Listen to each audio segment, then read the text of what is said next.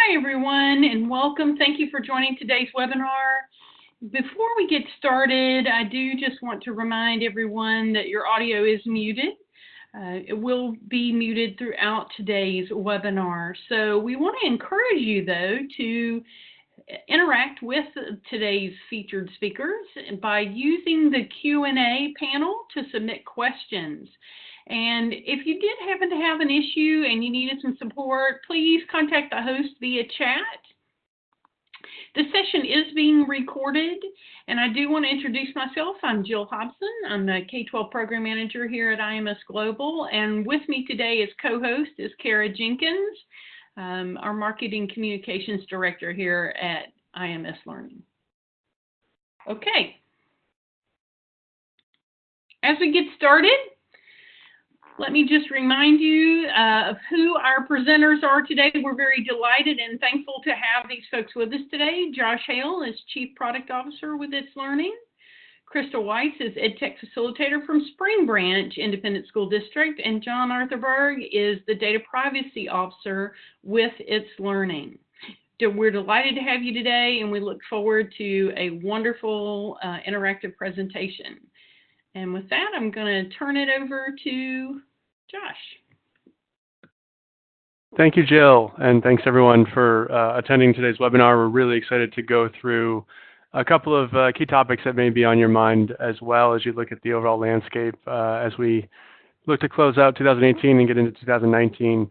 I'm going to start by talking about Google and Google Tools. As we have looked at our plans for our LMS, itslearning, and thought about where we need to go, one thing has been obvious to us, and this comes through in the data that's presented here, is that Google's taking the education world by storm and is really becoming a key part of the processes in the digital classroom, whether it's through Chromebooks, which is the graph on the right, on the left, excuse me, showing a very high penetration for Chromebooks generally in K-12 in the U.S., or G Suite tools, which is on the right here as an extremely popular set of productivity tools that teachers and students alike are embracing. This is data that we've used to help inform our decision-making around where to emphasize our activities in our platform, but it's also come direct from our customers who are already embedded with itslearning as their LMS of choice, but also would come to me or my team or other folks that work at itslearning to say, hey, we're also using these tools, and we believe it's important for itslearning to think about how to best integrate itslearning with these tools. And so, that's really the thrust of what we wanted to try to get into today was how do we think about that situation? How did we as an LMS look to try to do the best job possible of taking the best things about those productivity tools that Google offers and combining them with what we feel are really important strengths of our platform. And so to get into that a little bit further, I just want to talk about how we think about digital tools in the classroom. And this is a progression or a framework that we talk about internally and we talk about with customers and prospects, is that as an organization matures, they generally, what we believe they should be doing is moving from a tool-centric mindset, which might be a collection of tools that a teacher is using in the classroom. They're not connected, but they all provide value of one sort or another, to a more platform-centric mindset, which would be a set of tools that are connected, but they may not be tied into a process or be able to pass along the progress that a student's making or the teacher wants to have in the classroom from spoke to spoke, if you will, across that set of tools to a learning-centric mentality within the platform. And this is where itslearning sees itself today as really not just having a set of tools, not just making sure that those tools are connected through a platform, but ensuring that those tools are interconnected with the processes, the analysis, and the connective tissue of different elements that are central to achieving positive learning outcomes in a district or in a classroom. And we really see those, our platform is both providing those tools in a strong, tightly knit manner, but also supporting those processes that education requires. And so if we think about that in relation to G Suite, and sorry, this is just a little more detail around that learning-centric mindset. But if we think about where G Suite should fit here, one of the things that we want to do in order for it to make the most sense for our users and to have the highest impact is to think about, okay, well, what are the things that G Suite is really powerful at? Where do they fit across this wheel that we like to visualize our platform on? And how can we ensure that as we think about where that fit exists, that we can tie those the great value that G Suite brings to teachers and students, can we tie that into a learning-centric methodology? And so we like to talk about that connective tissue. If you look at this wheel, you can see across all of these different steps in a process, we have a connection around standards. As you're planning, you may be able to tie standards to a course or a lesson plan. You can go into the library and look for wonderful resources that are tied to that same standard, or develop a assignment that can be graded on a standards-based rubric. Bringing that all the way around, what we really want to be able to do is say, okay, that Google tools are going to fit within this wheel in a particular spot. Can we also encourage and ensure that the connective tissue that makes up the power of our platform can be tied into those tools? So as we look a little bit more closely at that question, what we felt really strongly about was G Suite for Education is a collection of tools that are really, really powerful, really effective. We're really impressed with everything that the Google team has done and continues to do. And we felt they fit really well across our engage and teach components of our platform. And that's, I think, primarily because we see that G Suite for Education is the strongest at creation of documents and activities, allowing a really strong collaboration amongst teachers and students, facilitating really clear communication, and of course doing that in the cloud. And so as we put our plan together for the best way for an LMS to integrate with Google, we wanted to keep their strengths in mind, and we wanted to kind of identify those spots where it overlaps with what, not just covering new things that we may not be doing today, but also not being shy about saying, okay, they have a really strong way of doing certain things that we should be emulating. Even if we already have some of those capabilities in our LMS, we need to think about how can we best offer up what Google can offer, because at the end of the day, ultimately, we want to empower the teachers and students to have the most effective experience possible using their tools on our platform. And so we don't need to necessarily feel as though they have to use something on our side just because it's ours. We also want to create a seamless experience where the tools that they enjoy and have adopted and appreciate the most from a productivity standpoint can be combined with the powerful pedagogical elements of our platform. And so next, I just want to walk everybody through a few of the ways that we've started to embrace this philosophy of taking these wonderful tools and building them into our platform in a sound way. One of the first areas that we focused on was our assignment tool, and we feel that this is both a really critical part of our overall platform offering, but also a place where G Suite and the different solutions that are available through tools like Docs or Classroom just has done a really superb job. And we knew from doing usability testing and talking to our teachers that there were problems that they were hitting when they were trying to use itslearning and those tools when they were independent of each other, when they weren't seamlessly interconnected. And I think Rachel will talk a little bit about some of those problems in the slides that she's presenting later on in the webinar. But one of the main things and one of the first things that we tried to work on was how can we provide seamless access to Google Drive from the assignment tool? How can we ensure that that seamlessness includes really simple and easy ways for that teacher to be authenticated across platforms? And some of that we can do up front with SSO that can be administered at the administrative level and more of an IT function, but also how do we make sure that if a teacher or student hasn't been, their accounts haven't been connected properly up front, how can we ensure that that experience is really smooth as they are going to grab a book report file or as they're going to look in their drive to find out which file they wanted to pull into this assignment? And then Another super important and very successful element that we added was looking at what Google Classroom was doing really well with enabling a teacher to make a copy of a file that they attach to an assignment and have that copy handed out to each student on an individual basis, so that each student would have their own copy, could create their own answer to that assignment and submit that seamlessly, again, whether they're in itslearning or whether they're using Google Docs or navigating through Drive. Seamlessness is probably the word that we've been using most often when we're thinking about our integration points.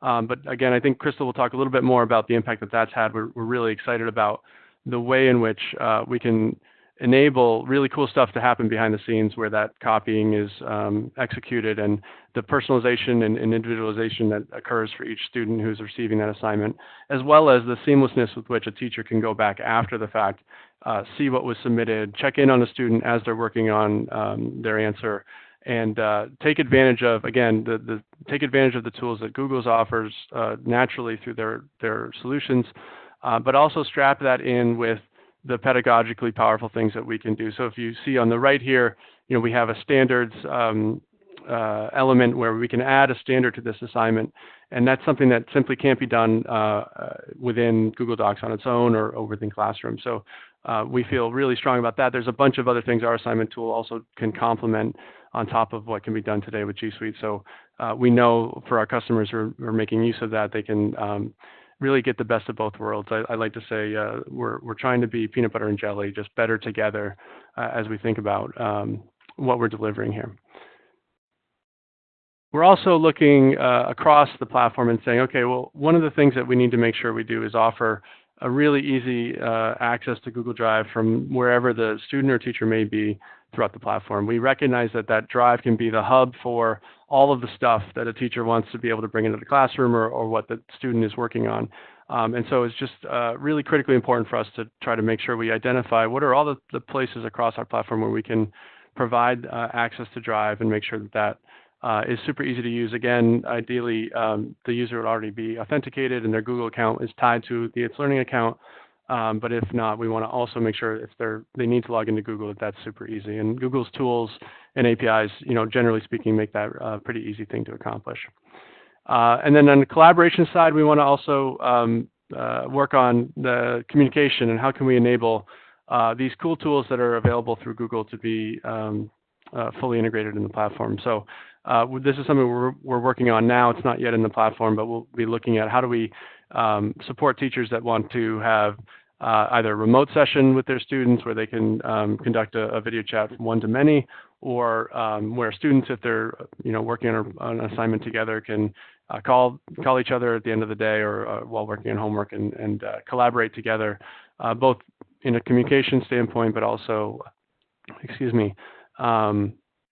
also be able to see the work that they're doing within the platform and make edits and things of that nature.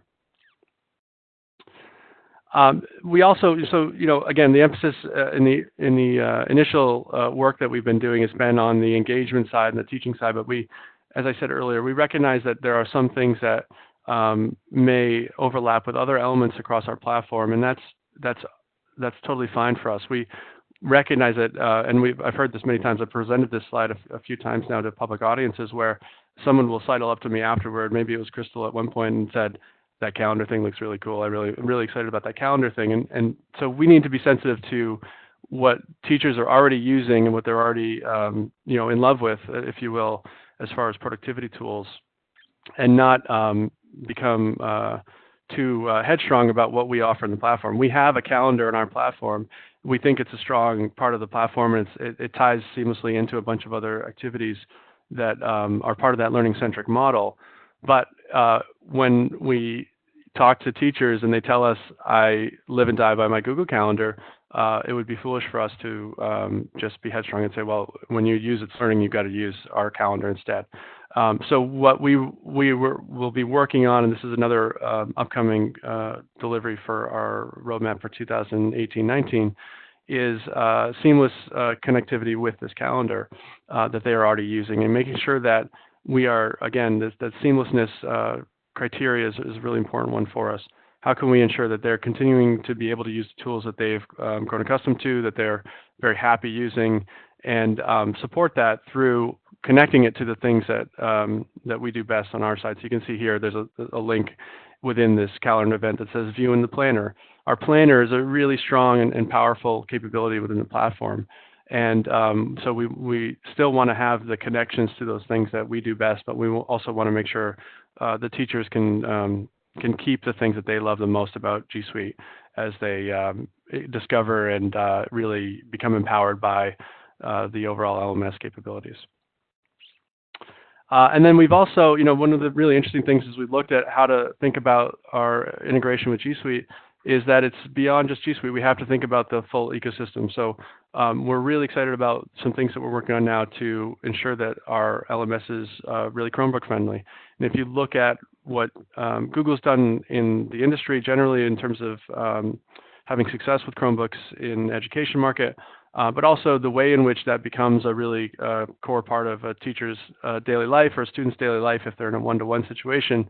Having a really nice, clean integration with a Chromebook is something that can jumpstart all the other activities that will follow within the LMS. And so Google offers, again, a number of cool things that can be done with Chromebooks and with G Suite accounts. And we're looking forward to a day when all students who are using Chromebooks and itslearning are opening that Chromebook up. They're logging in one time, and they're instantly into itslearning, and they're instantly into their G Drive or other elements that are seamlessly integrated.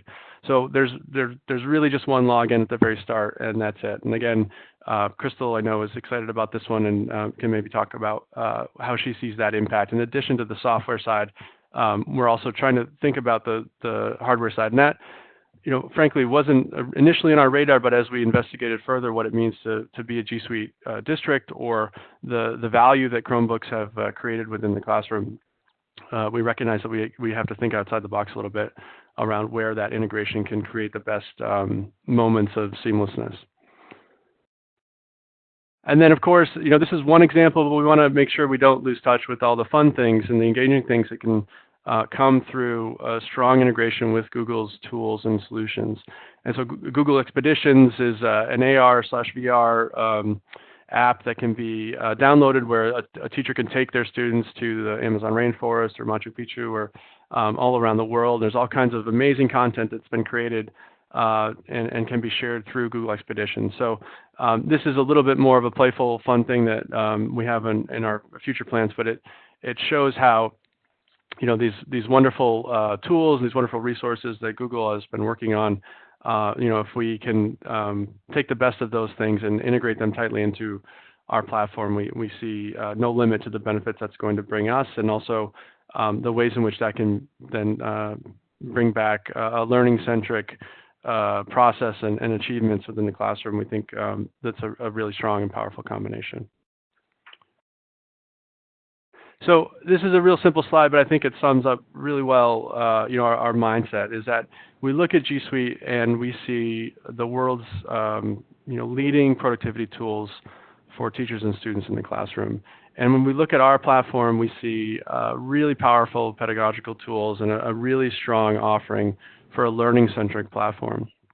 And we know we've been working on the productivity side on our side as well for many years now, but we just are really excited about bringing the power of Google into that learning-centric process that we've built over the years, and seeing the fruits of that with teachers being able to seamlessly use both G Suite and itslearning throughout the platform. So now I'll hand it off to Krystal. Krystal's going to talk a little bit about how she's seen the landscape of G Suite and itslearning both before some of these integration elements existed, as well as now that we've delivered on many of these improvements, what she's seeing and hearing from administrators, teachers, and students in the classroom. Hi, everyone. Thanks, Josh. I am an edtech facilitator in Houston, Texas. So I'm kind of the boots on the ground person working with teachers to integrate technology into their classrooms. And I was a teacher integrating technology into my classroom.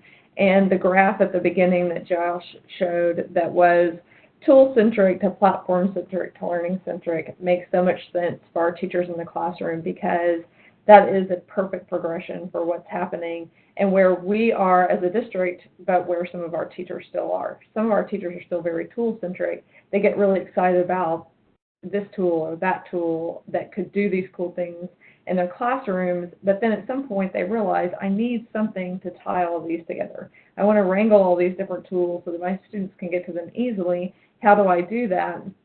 And the LMS, in our case, itslearning, is the way to do that. So the pedagogy piece goes really greatly with the productivity piece, and we're talking about Google, and there's not a teacher who has been introduced to Google and learns about the collaboration piece that does not want to use it in their classroom.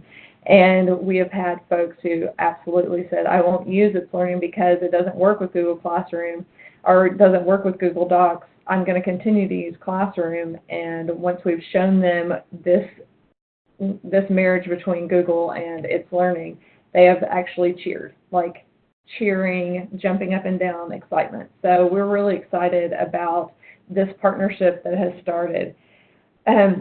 I wanted to kind of look at why this would be important from 3 different viewpoints, from the viewpoint of administrators, the instructional leaders on their campuses, the teachers, and the students, and kind of why it's important to have this marriage or partnership, I guess, between these 2 tools that are so huge, because Google is huge in our district with our teachers and our students. We do also offer Microsoft, but most folks have leaned toward the Google side because it does have that great collaboration capabilities. And so for meeting these needs, we really did need an LMS that had a strong relationship with Google. So from an administrator viewpoint, it's difficult for administrators to quantify the learning that's going on if teachers are just using Google in their classroom. Google does not offer a alignment to standards. It does not offer robust reporting. So on the administrator end, it's really difficult for them to see how are these products being used. How is online learning happening in my classroom or in my classrooms? Because they can't get that. And they also can't go and look and see what's happening. With an LMS, with itslearning, an administrator can take peeks into their teachers' plans so that they can see exactly what's happening in the classroom at any given point in time, what tools are being used, how are they being used, what the students are going to be working on. And that's not something that easily happens with Google alone or even with Google Classroom. So with this partnership between itslearning and Google, now we can align these documents and these slideshows and drawings and all of these fabulous tools to the state standards so that we now get robust reporting on what the students are doing. So instead of asking students to just go make a slideshow, now that's part of the assignment tool tied to the standard that goes with what they're learning. And now we have a report for how many times the students touched this standard, how deeply did they go into it, and it's all in one place. But we still have that fabulous collaborative goodness of Google where the students can work together asynchronously across campuses, across districts, and they can get to sharing and collaborating and getting those skills that we know that they need when they leave our classrooms. From a teacher viewpoint, the collaboration is super important, but the classroom workflow is what really makes this partnership super important. So in the past, if I was a teacher and I didn't have this LMS or I wasn't using Classroom, I would start a new document, share it as view only with my students. Then the students would have to make their own copy, share that with their teammates, share it back with their teacher if they remember. Then their teacher gets all of these emails. This person has shared this document. Johnny has shared a document with you. Susie has shared a document with you. I have teachers who, some of these same teachers who were cheering, who were so excited because they have been saving all of these shared with these emails in folders. So their Outlook looked crazy. They had 100 folders off to the side, one for each assignment, so that they could go back and quickly find these students' assignments again instead of having to dig through shared with me or try to keep check marks. So with this integration, now this classroom workflow has drastically reduced. Instead of all of these steps for the teacher and for the student, now the teacher can put the template in the assignment, course, it's tied to TEKS, and then the students can click on it, and then it's in their Google Drive or it's in itslearning. So no matter how they want to get to it, once it's open, they can get to it either way. And it preserves the template for the teacher, and it also gives the teacher a folder in her Google Drive with all the students' work. So now she has two places to get to it really easily. What I've noticed also with my teachers using Google Classroom is that if they are moving through the SAMR model and they're past substitution and they're getting into the upper levels, modification, redefinition, they're reaching the ceiling of what's possible with a free platform. They want better reporting. They want to be able to do differentiation. They want to give their students voice and choice, but that's not inherent in Google Classroom.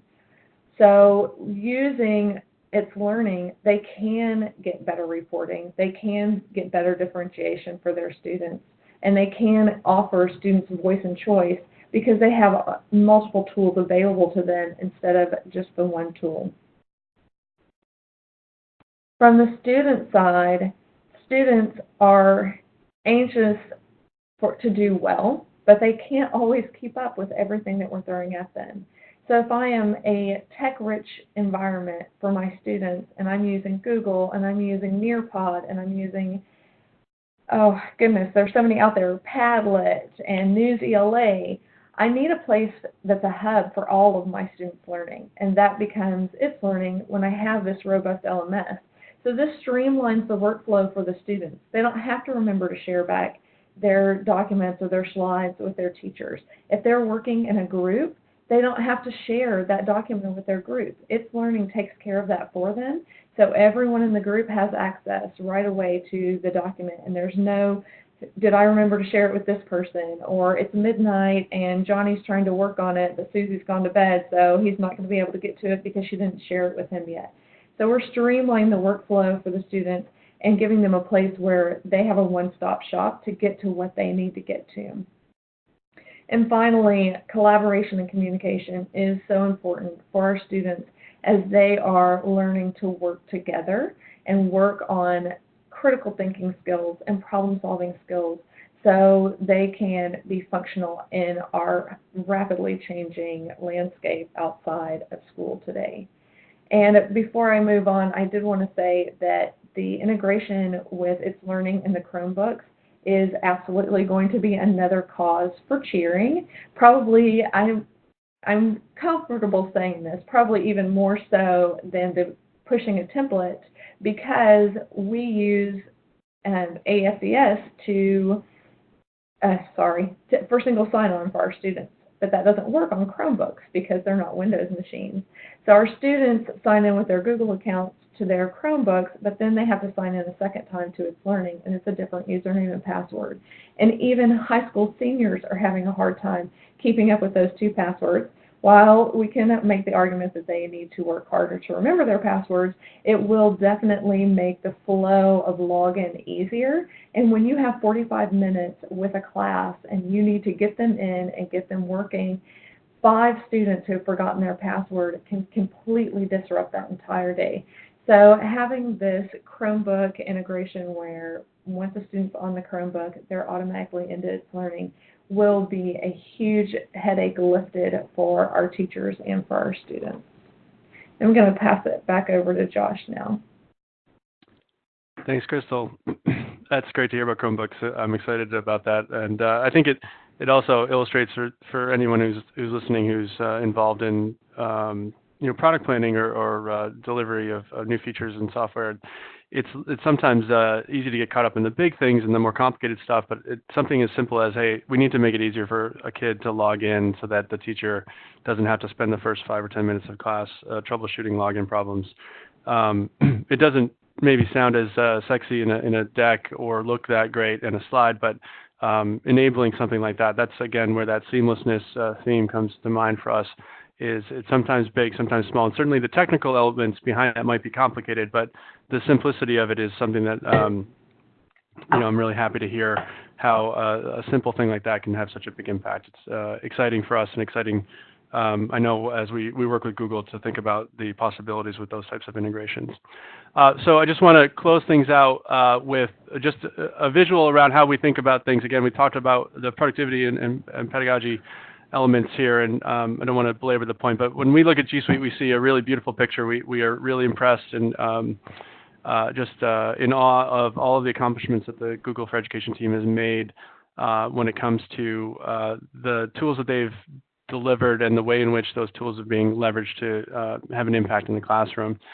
So we are all for this view. We think it's a great view, but when we see G Suite within an LMS, this is what we see, and we see a much broader spectrum. The aperture opens up for administrators, teachers, and students, and there's a far richer set of capabilities that can be brought to bear to make an impact for students and to achieve the objectives that a district has in terms of education.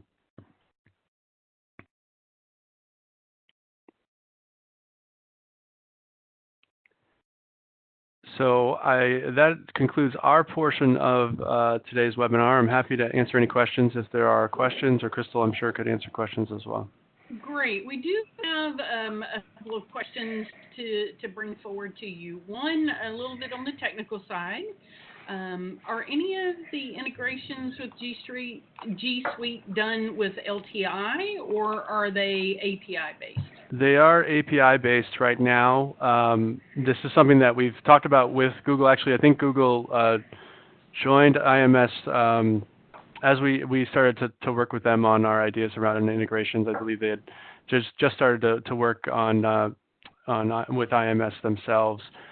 They do have some LTI offerings. At this point, they are in the early days. So what we saw in terms of the complexities of what we wanted to try to do, I think there was a joint decisions and agreement that we'd be in better place to leverage the APIs that they offer at this time, but we'll certainly be paying close attention to how they continue to embrace standards and how we can facilitate experiences together through the platform using standards as well as APIs.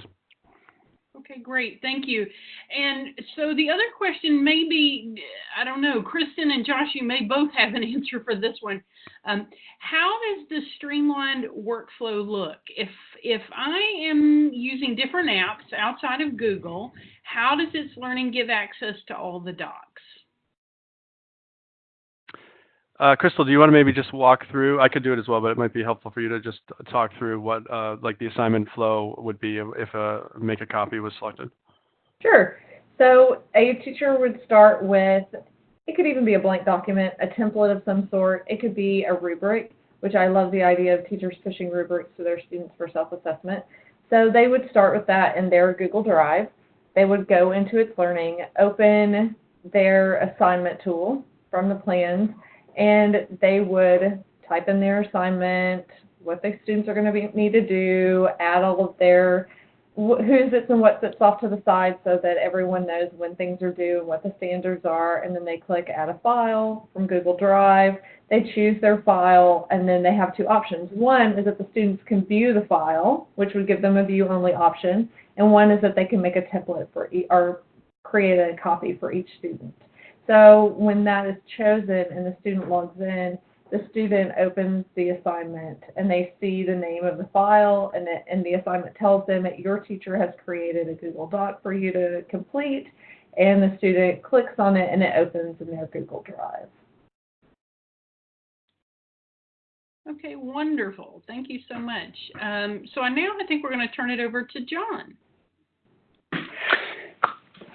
Thank you. Hi, this is John Berg speaking. It's quite a segue moving from Google to data privacy maybe, but I know we've had a lot of questions coming also from the US with regards to GDPR, so we thought we would do a small session introducing GDPR and touching on some of the things that might be relevant even for our US customers and for K-12 in general in the US. My role with itslearning is that I'm a data protection officer. To say two words about being a data protection officer under GDPR, it's actually a particular role. It's built into the legislation It's an independent role, meaning that when I work with the data protection officer hat on, I actually don't work for the interest of itslearning or even our clients. I work for the interest of our users' data, personal data. So the big question is really, is GDPR relevant for K-12? Is GDPR relevant for US customers of itslearning or other companies who operate within GDPR legislation? And we could keep this conversation very brief and say no, because GDPR is a European regulation. It's enforceable in the EU. It's enforceable in what we call the European Economic Area. So it's broader than just the actual EU member states. But obviously, it's not law in the US. So GDPR itself, for an average or normal K-12 district or US vendor, it doesn't apply.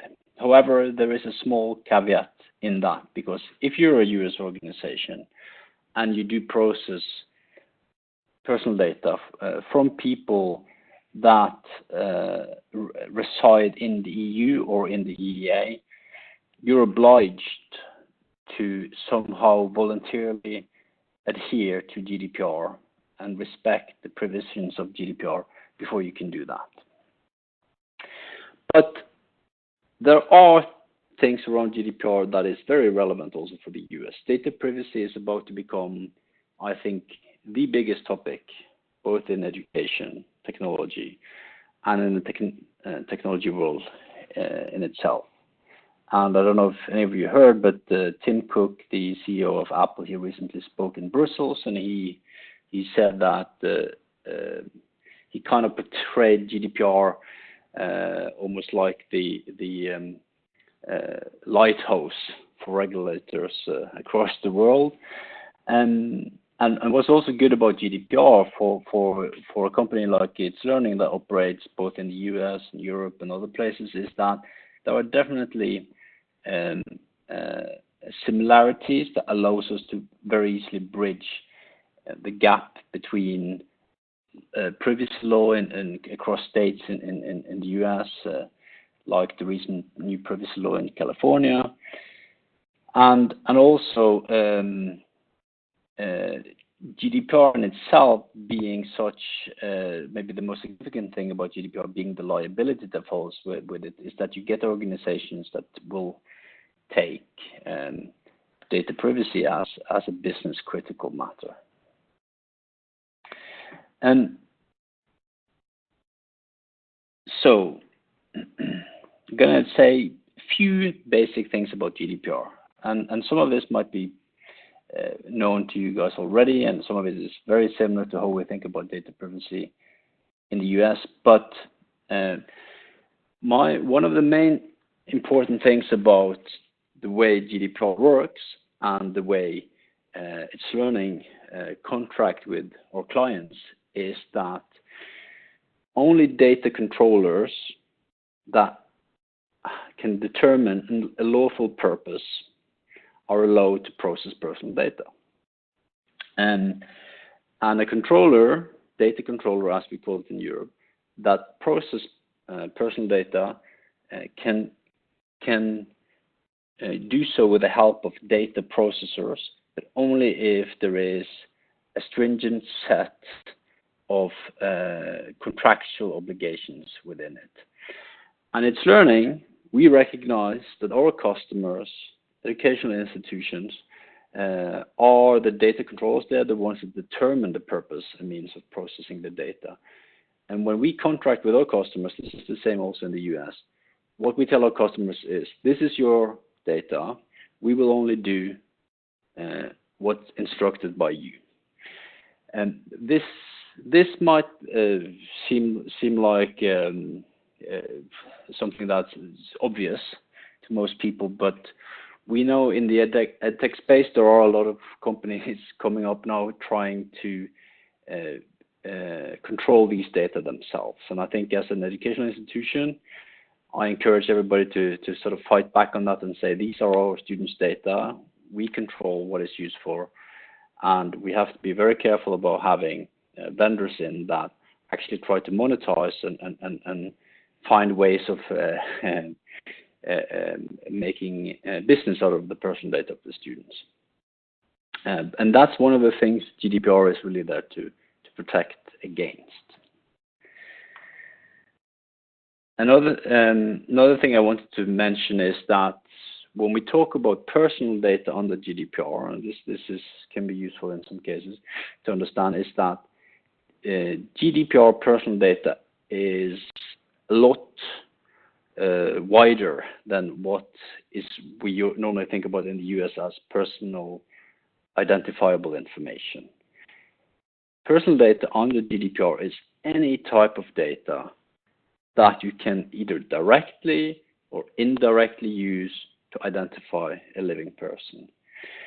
Even if you only have half the data set needed to identify a person, if there is another data set out there you can combine your data with, and that can be used to identify that person, it's considered personal data. So obviously things like cookies, IP addresses, device IDs, even stuff like GPS. If I know where you're during the day and where you spend your night, I can probably find out who you are based on where you work and where you live. So it's very wide.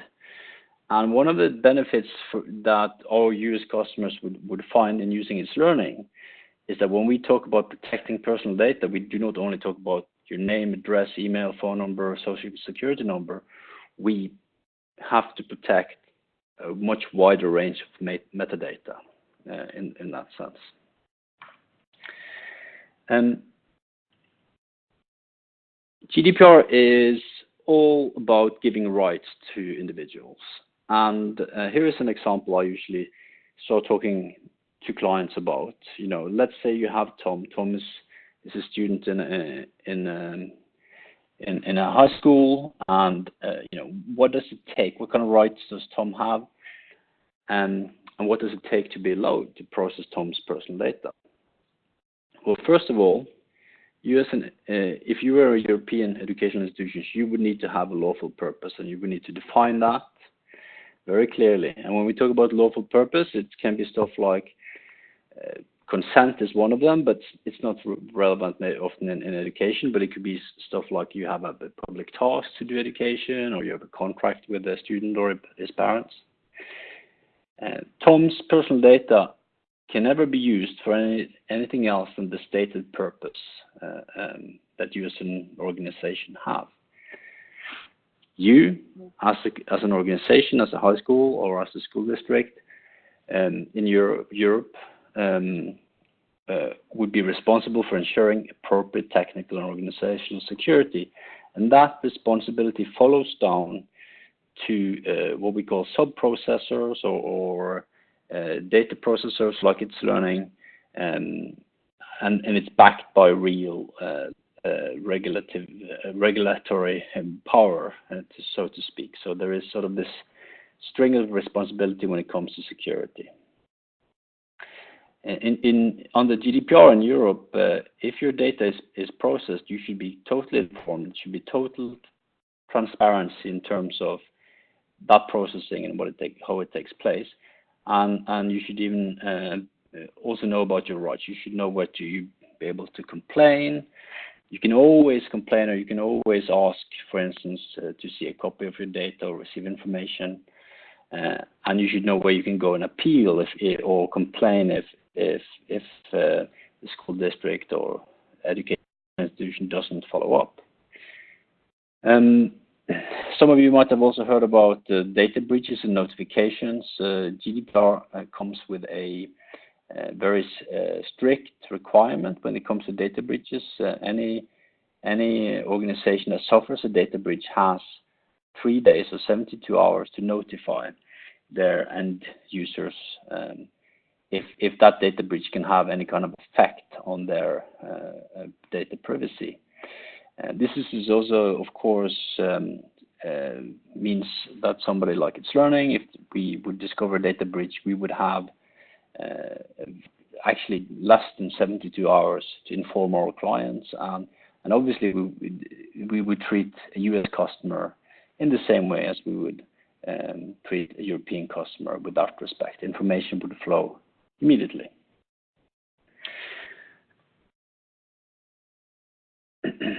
So I'm going to just quickly speak about some of the benefits I can see that a company that works with GDPR compliance, how that could benefit.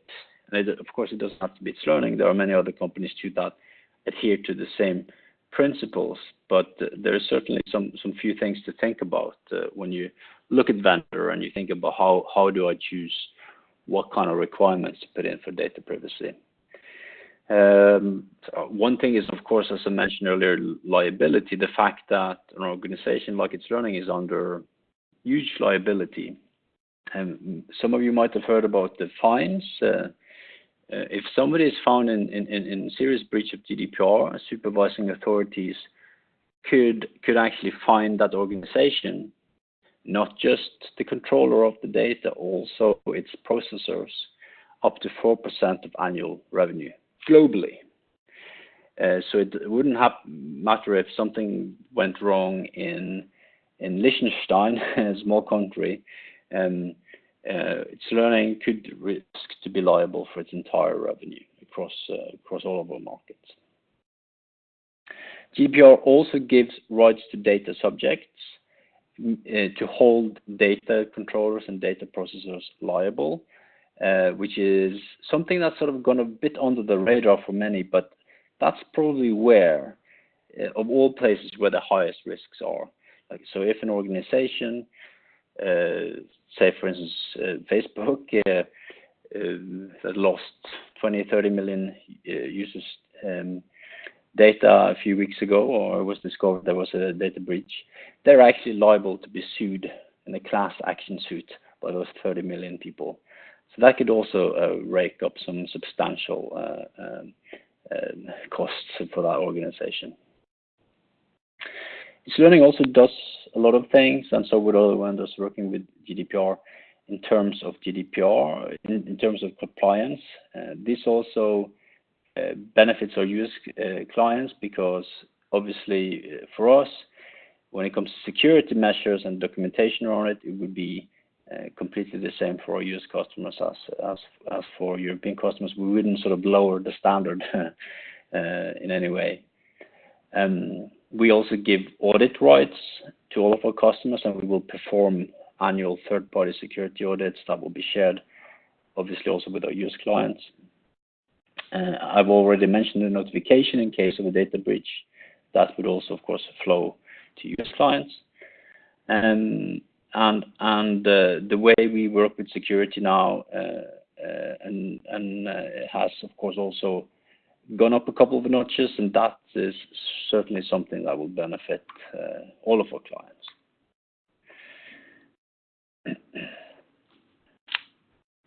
Since end users in Europe now has a lot more rights, and some of those rights are quite complicated. It includes rights of access to the data, to see a copy of the data, right to be properly deleted, right to have your account locked down, restricted as they call it, and we built tools in itslearning for this. Obviously, that's also tools that could be very relevant for a school district in the US, because whether you have a data privacy issue, if you need to investigate specific users' data or export that specific user data, either because they've asked for it or for it to be used in other ways, there are no tools in itslearning that will very, very extensively take all the data and metadata about the user and allow that to be exported. There's also a couple of things that have changed when it comes to the way we develop our product, because GDPR requires an organization to have built into their processes both privacy by design and privacy by default. Now, privacy by design is obviously when you're designing a new feature, thinking about how do I make it clear to the user what kind of implications for his privacy and action might have. And privacy by default is really about saying, let's lock things down, keep it as secure as possible, and then letting the user himself take steps if he wants to open up for others. GDPR also requires actually that a data protection officer like me be involved and give advice when we are doing development that could impact data privacy. So we just had 30 minutes on Google, and I can say I've actually been involved with that too, to sort of preempt some of the issues that might be there in terms of data privacy, and I've also blogged about that if anybody's interested. But so those kind of things are something you sort of get for free when you work with a GDPR compliant organization. Yes. We also have take 100% responsibility for any other sub-processes that we use. You know, we have a few vendors we use that will also process personal data. An example could be Amazon or data center. Contractually and legally, our customers could hold us fully accountable for whatever these sub-processes do. And that means that we need to have the sort of the same security standards and towards the sub-processors, and be fully transparent also about who and where data is processed. So my final word, circling back a little bit to what I said in the beginning, you know, these are interesting times. I think we sort of have a two worlds sort of colliding a little bit today. They don't have to collide, but it's sort of like a perfect storm where education technology is really branching out. You know, the tech-savvy teacher has dozens of tools they will use every day to improve their education. And at the same time, you know, we are faced with these security and data privacy challenges, everything from Facebook to stuff like you might have read about the Edmodo case with the big data leak. There is a Norwegian text in there, which is actually my school district, that had a data breach this autumn, not related to itslearning, I can say, but where 35,000 students' data were passed around, and that thing went off like a big explosion in the press, I have to say. So there's this perfect storm. We want to be more open. We want to use more of these online services, but at the same time, there are the threats out there are increasing. So having focus on data privacy is important, and to really circle back to IMS, I think this is also where organizations like IMS in the future can play a big role. IMS have already started work around data privacy, like with the app vetting program, which is sort of maybe a first step towards something very interesting. And GDPR also allows for industries to develop some norms or code of conduct, as they call them, where you can really much better standardize the level of security required, for instance, to allow third-party apps into schools and to be used in an educational context. Yes, that was it from me.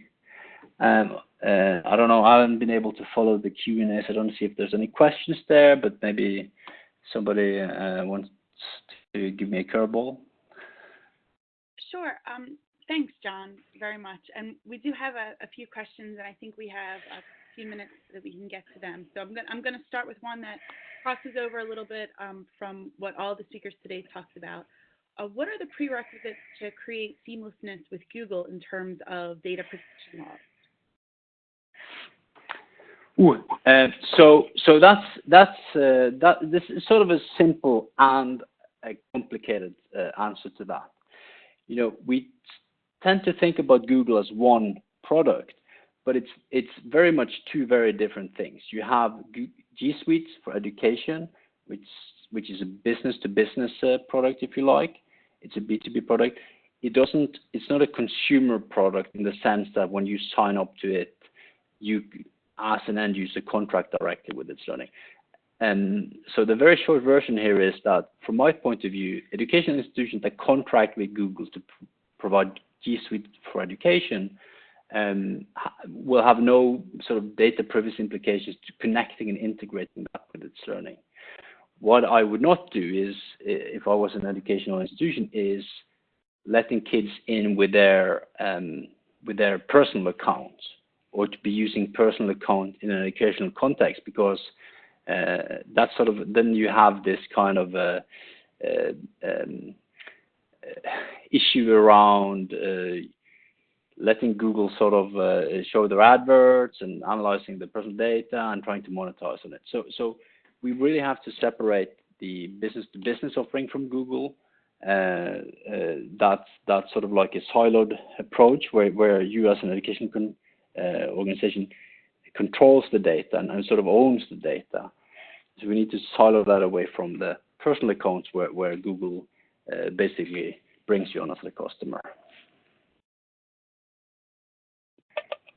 Okay, thanks, John. And now actually we're going to go back. There was no questions that came in during Josh and Krystal's part of the presentation. And it was about the technical handoff between Google and itslearning, you know, what is necessary for that, and a little bit of a follow-up to that. Krystal, you mentioned News ELA, for example. How are the documents and other applications made available for collaboration? So something that is not Google with itslearning. So. Okay, so Josh, do you want to take it, or? Sorry, just coming off. Go ahead, Krystal. I think it'd be good to hear your voice on this. Okay, so when we have third-party applications, for the most part, our first question is, are they IMS Global certified? Because the standards make it incredibly easy for us to get LTI or thin common cartridge. And then our next question is, do they already integrate with an LMS? itslearning, Canvas, Blackboard. Often if they have already begun integrating with one LMS, then it's an easier lift for them to integrate with a second or third or fourth LMS. So there's a process that we speak to their technical folks, and then their technical folks speak to the itslearning technical folks. But usually for single sign-on, it's done through an LTI, or if we want a deeper integration, we'll use thin common cartridge or a common cartridge. But it's a one-by-one case. With News ELA, if you're using the free version, there would probably not be an integration like with Google, because most of your free softwares or platforms are not going to be looking to put forth the cost and effort for single sign-on if you are not paying for that product.